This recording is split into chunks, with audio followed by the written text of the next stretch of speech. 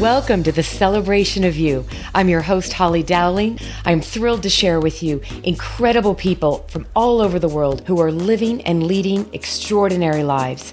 From overcoming immense adversity to discovering the secret sauce to leading with courage and grace. Their stories are going to bring you hope and inspiration. Now let the stories begin. Hello, everybody, and welcome. Welcome to the Celebration of You. And I always like to start off by thanking my listeners. And as I always say, it's because of you that this show exists. And thank you, because we're on iHeart, iTunes, SoundCloud, we're everywhere. And one of the things that's so fun as I introduce this guest is I like to thank all the listeners because we're in 87 countries now. I think for the first time, I actually have a guest today that has traveled more than me in the last 12 months. And actually, well, hold on. Let me introduce her and then we'll find out exactly the right statistics so I don't misinterpret it. I just have to say, before I introduce this beautiful lady, I have waited a year to have her on my show. I just had to say that. So welcome the beautiful, amazing Amanda Kassler. Thank you for being here. Oh, thanks for having me, Holly. As always, it's a pleasure to be just in your presence. Oh, we were just talking before we started that we're like, when was it? It was about a year ago in New York City at the W Hotel that we were at an event together. And the more I got to know you afterwards at the cocktail reception, I'm like, oh, you have to be on my show. And you were like, there's nothing remarkable about me. And I said, oh, my dear, you're extraordinary. And now today's the day, Amanda. Yeah, long time coming. Well, I'm like a little kid because I just think you're amazing. And thank you. Thank you for being here. And boy, we have a lot to catch up on. So typically I love to introduce the guests and just kind of, let you talk a little bit about what you're passionate about right now and what you're doing. But since we've met, you've resigned, you were big time, high level leader in an organization because you are following your passion, which is to get more schooling under your belt and have your own consulting business. So let's brag on you for a bit. Tell us all about what you're doing today and all the travel you've done. Oh, gosh. Where to start, right? Right? No, I'm a firm believer that every door, you always have another door at the end of the rainbow, and it always leads to a different path. And I've just traveled wherever it sends me. So in the last 2 years, I've been in 8 countries, 18 states. I've had very much blessings that I've gotten to spend quite a bit of it with my spouse. A lot of the times when I travel, his office and his company is flexible enough, allows him to travel with me. So we've been to some pretty amazing places. I've got to spend about 2 months in New Zealand, a month just got back in March. And then I got to spend a month a year ago in New Zealand, got to spend a month in Alaska and Canada. Both of those trips, I was very blessed. I got to take my parents with me, and we got to spend the entire time just seeing the world and enjoying it from their perspective because neither one of them have really been out of the country much. And they're coming up on their 50th wedding anniversary, so shout out to them. So we decided that's what we wanted to do with them for their anniversary was to take them some places they hadn't seen. So we've just been traveling and enjoying ourselves. So, of course, as you know, doing a full-time behind-the-desk kind of job just doesn't equate to that kind of travel and that kind of passion. So I left the company I was with and started doing some consulting work on the side. But at the same time, I was really hemmed in because I didn't have that piece of paper degree. So I went back to school as well and finished my bachelor's in March as well and just started my master's degree program this month. I love this. It's been a little busy. It's been a little busy and enjoying life and having priorities of knowing how do you want to spend your time. And just to give you kudos, I mean, you're CHRO, CEO of Innovative HR Solutions. You come from a CHRO position, like you've spent years in the corporate arena being incredibly, in the world's eyes, incredibly successful. And what I love, Amanda, is that you didn't let that hold you back from saying, I want to go spend the next part of my life really doing what I'm passionate about. And because of you and the volunteer work, I mean, there's so many beautiful facets and dynamics to you. There's so many stories that I want everybody to hear. And one of the things that captured me was your passion around the volunteer work you do. And the Logan brothers were on my show. What was it, last fall, right? Yeah, just earlier, I think this year. It's been just a few short months. I can't believe it. That's why I said everything goes so by at the speed of light. Well, and But yes, very passionate about Operation Hands On and what the Logan brothers do. Well, and that has a personal piece for you as to why you're so passionate. So maybe let's go down. I want to hear this story because this is what captured me when I stood there with a tear coming down my face and saying, what? You? What? So Amanda, tell us, take us down the path of your health, which has never stopped you, nor has it ever been what you've hung your hat on. I was shocked when I knew you were in a wheelchair for 2.5 years. So tell us about this journey. It's been an interesting 15 years. My family has been through a lot with me. I have to say, I cannot tell you enough about the support system when it comes to family and friends. But it started with just a freak accident. I fell and injured my back, ended up in spinal traction for about 3 months, got back up on my feet, thought, okay, I overcome that obstacle. I'm back on my feet again.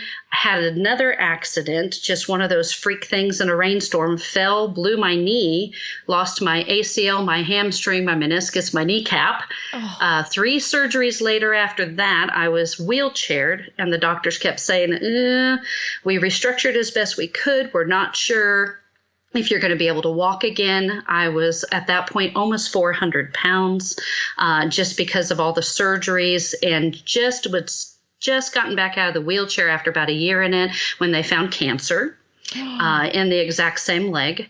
So back in again for multiple surgeries for that. And after the cancer, the doctors pretty much told me, you're not going to be able to walk. There's just been too much damage with it being all in the same leg. They had to restructure my ACL and my hamstring again. I lost a good portion of my lower portion of one leg. And with the weight, they just said, we just don't foresee, this is as best as you're going to get. And as with anything in life, I'm a firm believer that if you just pick the road and the path on the map that you've been told, you're never going to find some of the coolest things that are off the beaten path. Oh, amen, and so, sister. Amen. Oh, yeah. So I told my husband, nope, this is not going to be it. And I actually at that time met Richard Logan, and he worked with me quite extensively. And he is one of the very big reasons I say I'm out of a wheelchair today. And over the course of the last many years, I'm out of the wheelchair. I walk 5Ks. I've dropped about 160 pounds. Breath of fresh air, being able to move and travel.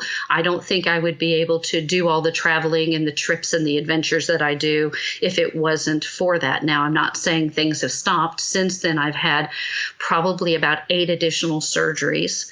I'm pushing the 25 surgery envelope at this point. Whoa. And they're not going to stop. I'm sure there's going to be many more in my future, but I look at everything as a crossroad. Anytime that you get a bump or hurdle in the road, you have 2 choices. You can let it make you miserable, or you can make it into a challenge and say, you know what, not going to get me down. And you can overcome it and move on to something else, or use it as a stepping stone to do something else. And you have made, this is why I adored you and was like, I have to have you on my show. When I met you, and I want everybody to know this, when I met Amanda that day at this event I was speaking at the W Hotel in New York City a year ago, she's beaming. She's this gorgeous woman sitting there at this table, and she's just lit up and smiling. And every break we were talking, and then we just kept talking. And I had no idea. You're just this beautiful human being with this spirit that's just glowing around you. And you're all about what's beautiful in this life. And then I hear this, and I didn't even know all of this till right now, like the extreme of all of the surgeries. And Amanda, this is why I want listeners to hear, because you are the walking testimonial of my mantra, which is, and you've heard me say this, I choose to not live in woe is me. It's wow is me. And absolutely. You are it, girlfriend. You choose to not be a victim of life. You are a victor of life. And it's so inspiring for somebody like you to just go, please tell your story. I want to hear it. I want you on stages all over the world because I want you sharing. I said to you earlier, I go, you've got to be sharing your story. And you go, but there's nothing remarkable about me. And I'm like, you're extraordinary. You're beyond remarkable, my friend. I appreciate that. I'm a firm believer. It's whatever emotion you approach things to. I know so many people who worry so much. Like when I go into the doctor, it's like, oh gosh, what's the doctor going to say this time? Well, if you just fret and agonize over it for weeks and weeks and weeks, you've spent all that time being miserable and, having everything around you shadowed by that. And then when you get there and the doctor says nothing, everything's fine, this go around, everything's good, knock on wood. You just spent all that weeks, in that depressive shadowed mood for nothing. And even if it is something, there's nothing you can do about it. There are some things in life where you're worrying about it is going to do zero and zip. And it always reminds me, there's an Irish, prayer or proverb that says, there's only two things in life you have to worry about. You're either healthy or you're sick. And if you're healthy, well, then you have nothing to worry about. And if you're sick, well, then you only have two things to worry about. You'll either get better or you won't. And then if you get better, again, there was nothing to worry about. And so it goes on all the way through it. But it's such a great mantra to think about. You're absolutely right. There's only two ways to approach every situation. You either worry about it or you don't. I love that. It is. It's the emotion you put behind it. And I'm a firm believer, why waste that emotion? Totally. And you know what? I'm laughing and I'm really smiling as I'm listening to you because I have to tell everybody what your maiden name was. Wait, this is just so cool. Her maiden name, you're not going to find this, unusual or weird now that you all know Amanda. It was Amanda Jolly. And I'm like, oh my gosh, your maiden name was really Jolly. Of course it was. Look at you. Yes. You are full of joy. And my husband gives me such a hard time because one of my favorite jokes when people meet my parents and I introduce the Jollies, they all look at me and I go, yes, I used to be jolly and then I got married, but now I'm joyful. It doesn't mean that I'm not happy anymore. I'm not jolly. It just means I'm better. I just love that. I used to be jolly and the poor guy's like, is there something I need to know about this? Right? Well, yeah. You have such your spirit, your attitude towards life, my friend, is why we need to hear more people like you. And, take us back. I'm always fascinated because I have no idea what you're going to share, but take me back to your childhood, maybe in your younger years, maybe it was a young girl, maybe it was, early education, who knows when it was. Tell us about a pivotal time in your life, right? When maybe that was, or maybe it was, 15 years ago with the fall. But was there anything as a young child that was pivotal in that you can look back on and go, maybe that's what made you the strong young woman you were, or really has had an impact on how you make choices today? I'm curious. It's easy. It's my parents. I have two of the most amazing people, and I talk about them so much. Everybody always like, wow, I feel like I know your parents. And then when friends meet them, they become adoptive parents to everyone that they meet. And one of my friends, I've told them so much about my parents, just went to visit their home this last week for the first time and said, man, I've always wondered because you explained so much and how bigger than life your parents are. And it makes you always kind of wonder. He says, now I understand you weren't exaggerating. Your parents are every bit of what you said. And I did. I grew up with two of the most phenomenal humor in our family, always. I'm a firm believer that families that play together stay together. We were always games, supportive, anything and everything we wanted to do. And mind you, no way that my family was a well-to-do family. We had the money, anything along those lines. My family, my dad was a government worker. My mom was a stay-at-home mom who ran her own business out of her house. She ran a costume company. Of all things. Cool. Yes. Yeah. Did costume rentals. And then, of course, throughout the rest of the year, she actually decorated people's homes, just anything that would make extra money for the family. And I just had the most supportive parents. And I can always remember I was just got my driver's license. I was maybe 16 and 17. And I approached my parents and I said, I'm going to quit school and go to college. And my mom and dad said, what? And I said, well, there's this special program to where I can substitute some of my high school classes, and instead of going to high school, go to college up on the hill and take college courses in exchange, and that'll free me up to do some work because I want to work full time. And I wasn't probably 16 or 17. I never would have ever approached them or even thought about something like that if my parents hadn't raised me to be an independent, courageous, being willing to take risk and just challenge anything. And my mom and dad said, you've never given us a reason to not respect you or not trust you. So yeah, we'll let you do it. And I mean, imagine at 17 years old, I was driving 60 miles each way to go to a college twice a week. Wow. And so I could take college courses in the evening, and I was doing work. I was actually painting billboards and park benches at the time, don't laugh, for local radio stations just to make money. So because my family didn't have the money, and if there were things I wanted to do or places or I wanted to travel, then I knew I was going to have to come up with the money. Oh, and you know what I love? I love that, I almost feel like I need to have your parents on the show. Oh, gosh, you would have a ball. The jollies. The jollies. Seriously, yes. Holly has to have the jollies. I mean, my gosh. Because you know what? I'm sitting here listening to you going, and I know that not everybody's so blessed to even have two parents in their home, right, raising them. We're fortunate to, I was single for a long time with two boys. So, I mean, we all have different ways that our environment is empowering us. And, when you are so fortunate to have what you had and continue to have, it sounds like you've never taken it for granted. And look what you're doing for them for their 50th wedding anniversary. You and your husband are taking them on a whirlwind, right? All these amazing places and the gift of giving back. How beautiful is that, my love? Well, and like I said, there's pathways in life, and I don't want to have one of those regrets of, gosh, there were things we could have done or the places we could have gone together, the things we could have seen. And so, that relationship has been special to me, forever. Yeah. And I'm not going to lose it. Oh, I love that. Well, and it also takes me to, and I have to give you kudos, and I hope that nobody missed this at the start of our interview, but you just this year went back to school to finish your bachelor's degree. And now this week, as we're doing the interview, you've started your master's program. And I'm giving you a applause because I want people to realize it's never too late. Right? Oh, no, it took me, at this point, 27 years after the fact of being able to have enough time and effort, because I've always gone and gotten certifications in my field. I've gotten project management and HR and all these other certifications, but there's always been that one thing that's just eluded me, which was the time and the effort to finish out that piece of paper. And it's kind of one of those personal vendettas. It's like, I will get that piece of paper. And that was finally the year I just told my husband, the stars have aligned, things have come up into the right place, and I think I'm going to do it. And he said, go for it. I support you with whatever you want to do, and I jumped ship and I did it. So now I can say, and I never would have said, okay, I'm going to get my bachelor's and then turn right back around and get my master's. But it was just the way the cards lie. That pathway opened up, and I said, I'm going to run and do it.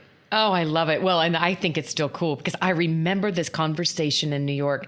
You have an uncle that has more degrees than any human being I've ever known. Tell us about your uncle and the influence of that too, right? Yes, my husband's uncle is Uncle Brian to all of us, and he is a Christian brother, and he studies, all over the world. He's been in the Vatican, you name it. So he teaches theology and spiritology. He has like 2 PhDs. I think he has at this point 4 masters and something like 16 bachelor's degrees. And he has always told us from day one that your brain is a muscle. And like every other muscle in your body, you have to exercise it. So people who feel like, okay, I went to school and I finished this, my training is done, or I went and did this, or I went and learned that, or I read this book, so I'm finished. Well, you're not finished, because just like a muscle in your body, you have to work your brain. And the only way to do that is to exercise it. And he believes that learning is exercise. And I'm a firm believer in that. I go to so many conferences and seminars, and I read so many books. I devour any kind of knowledge and learning that I possibly can, because I'm a firm believer that you're right. That brain is a big muscle, and you better exercise it if you want it to last. I love that, though. It makes you go, it's never stop learning. And I don't want anybody to miss this. Did you say 16 bachelors, 4 masters, and 2 PhDs? Did I hear you correctly? Yes. Yes. Wow. And still teaching in his 80s. What? Yes, he's still teaching in his 80s. Okay, maybe we need to have him on the show too. I'm thinking I'm going to have the whole family at the rate we're going. Yeah, he's a pretty amazing individual. He's one of those people that writers approach him for information on their stories. He's helped with books. He's wrote books. He writes textbooks. He's just a lifelong learner, and he's really encouraged that with the rest of us because of that just joy that he gets from just the written word. Oh, and I just think that in itself just inspired me as I think about he's in his 80s, he's still teaching, he has all these degrees because he's chosen to be a student of knowledge and never let the brain stop. And, it's so interesting. I guess if we did, wouldn't it be fun if we could like study people that are aging and living and thriving, right? Like what would be, we always study the ill. I laugh about this, but, it's kind of sad, but we study what's wrong. We study disease to figure out how to be healthy. Why don't we start studying the healthy, thriving people and what's driving that? Right? Oh, absolutely. Yeah. Absolutely. he'd be a fun study because it's like I had a grandmother that lived to be 106 and she was 99, Amanda, and she was in Boston, lived in Wellesley. And I remember having lunch with her and she would still dress to the nines. And I said to her, we called her Nanny Mouse. And I said to her one day having lunch, the last time I was with her she was 99. And I said, Nanny Mouse, and you're going to die laughing, but this is coming to my head. I go, how have you done this? I mean, she just looked amazing. She didn't look a day over 70. And in her little Bostonian accent, Amanda, she looked at me and she said, darling, she said, I've never put anything on my face but Pond's cream, right? She always, the Pond's cream morning and night. Yeah, she swore by it, never had soap or water touch her face. It was Pond's cream. And then she continued and she pointed to her head and she said, I've always kept my brain working. I read the Wall Street Journal and the New York Times every day. She said this. And then the best part, Amanda, though, she grabbed her cocktail because we're at lunch and she grabs her cocktail and she holds it in her hand and she goes, and a scotch and water every day, my darling. That's a pretty good prescription right there. Yes. And that woman lived to be 106. So back to your uncle and just everybody, it's back to the attitude we're choosing to live. You have overcome so much. And I would love to hear a doctor try to discount the power of how you've healed because of your attitude. You've had such an amazing attitude. And I firmly believe that helps psychologically and physically, right? Yes. No, it's a big thing. In fact, I just got to see one of my doctors just in the last 2 weeks for my follow-up. And he said, got to hand it to you. He said, I don't know what you're doing, but just keep doing it. And you said, well, I'm traveling the world. Yeah, I'm going all. I saw a beautiful sign the other day that says, no, I haven't been there, but it's on my list. Oh my gosh, I love that. So tell us, what's next for you? What does the next 12 months look like, Miss Adventurousome? Well, again, more travel. I'm taking my parents, of course, to Disney at Christmas for their 50th. And I've got, I'm volunteering at a convention in August and doing some consulting stuff on the side. And of course, the masters. So I have no idea what that's going to entail. But I know those are on the new horizon. But mostly just, a lot of time with family, friends, community. I'm going to be doing some volunteer work with, of course, Operation Hands On and just keep myself busy, occupied, and hopefully some adventures will crop up with that. I love that. And in the oh, by the way category, after we've heard about all these things Amanda's done and continues to do, what's up with this jewelry? You have your own jewelry line. Is that right?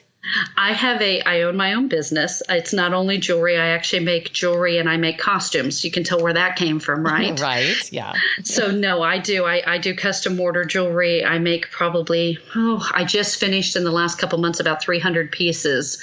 And so I do a couple of shows. I send them mostly to some boutiques that I'm aware of. And my mom, even in her 70s, still does shows up in where she lives in Colorado. So I send a lot of it up to her and she sells it at her shows.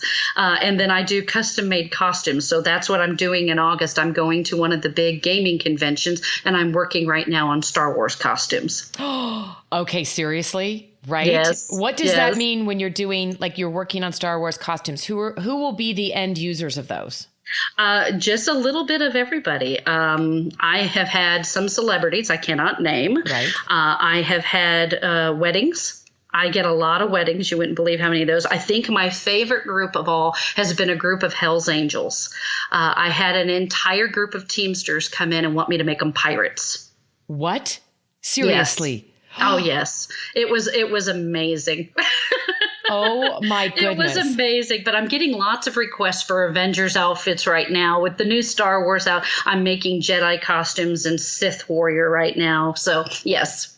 Okay, well then on this note, and I don't know if you know this, but my youngest brother is an actor, screenwriter, and he's in Ant-Man and will be in the Ant-Man coming out, Ant-Man and the Wasp, awesome. in July. Him and Paul Rudd are very good friends, and my brother's one of the sidekicks with Michael, Pina, and T.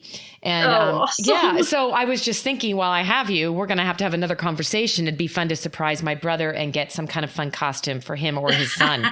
Right? There you go. Yeah.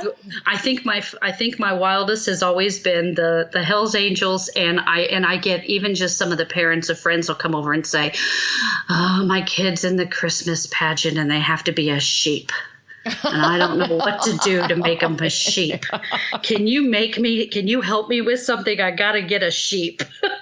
Oh, I love this so much. I had no Yes. idea. So look at this. When I started this interview and I said, the amazing, beautiful Amanda and the facets of you, you are like this beautiful tapestry of artwork, my friend. You have given me inspiration in ways you could never have imagined. You just have such a zest for life. You have such this beautiful spirit and attitude. And I can't even thank you enough. I've known I've wanted to have you for a year, and now I know why. And I had no idea about these other things.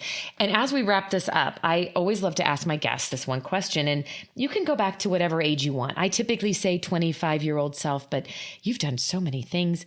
I don't know where to ask you to go back to. Go back to some point in your life, maybe in your early 20s. What advice would you give that young woman based on all of the things you've been through and gone through and have become today? What advice would you give her? I would say stay true, because that's the one thing that has gotten me is stay true. It doesn't matter whether it's stay true to your own personal mission, your own personal principles, your own personal ethics, values, your own personal adventure.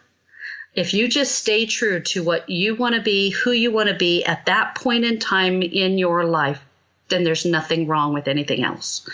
And that has always never done me wrong. And I'm a firm believer that if you just keep that always in the back of your mind, whether it's a business decision, a personal decision, a life decision, if you just say, is this true to me and myself and where I want to be, who I want to be, then you're making the right decision. It kind of comes back to what a lot of companies talk about, ethics and values in the organization, and kind of that bouncing board of what you put it through. That myself when I was 25, myself when I was in my 30s, even now in my 40s, I've always had that same thing. Here's my personal values, my personal ethics, my personal mission, and am I staying true to that? And if you are, then you're always on the right path.